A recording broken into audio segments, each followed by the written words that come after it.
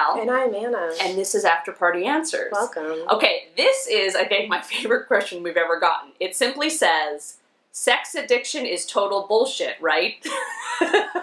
Did you write it? No, I didn't, I swear. Did you write it just so we could answer it? Oh, it's so good. Okay, well, you know, more than any other addiction, sex addiction gets just the whole, like... That ain't real. Exactly. They don't always say. Which is crazy because I think it's probably one of the more Most rampant. prevalent. Yeah. Which is why people don't want to admit that everybody has it. I think that there's some defensiveness about it. And it's not just internet porn, getting prostitutes, calling sex hotline. Do sex hotlines still exist? They do.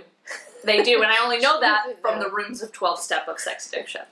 Good argument for going to 12-step rooms. So, like, I identify as a recovering sex addict, even though I'm not working a program. But, so I went to 12-step for that for years, and I didn't, none of those were my problem. I wrote a story, not to plug my own stuff, but I wrote a story back in 2014 called The Unsexiness of Sex Addiction, and if you want to know how gross it can be, I would read that story, because it's not sexy. And we also did a story, Susanna Brisk did a story about 10 signs of sex addiction, which is hilarious. And it's not exactly, there's nothing official. This didn't come from an official source, except Susanna Brisk. Except Susanna, which, you know, so some of the ones that she said, which were pretty accurate, which is you're swiping Tinder while you're on a Tinder date. You own more sex toys than shoes. You regularly have to move because the area you live in becomes too densely populated by people you've slept with. That's fucking small true. Towns, you know, that can be hard.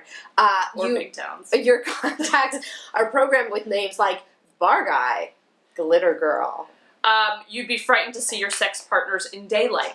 I think basically all in all, what she's trying to say, and which I think is true, is that if you have a ton of shame around your sexual activity, or if you're behaving in ways that are against your moral fiber in a sexual way, other than being a Catholic, because God bless you people, but you're just so tortured, then you might... It's so nice that we don't have Catholic guilt. I know. Oh, so good to be Jewish. But we have, except the guilt about calling our mothers. But we don't have hang-ups. Jewish women are supposed to be great in bed. That is not relevant for this. But you know what we just want to plug ourselves.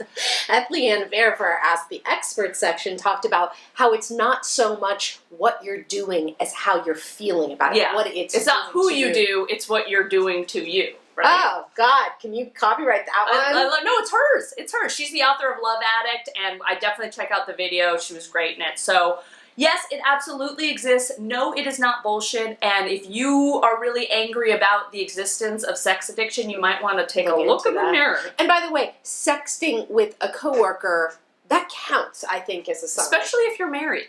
Or she's married. Sorry. Sorry.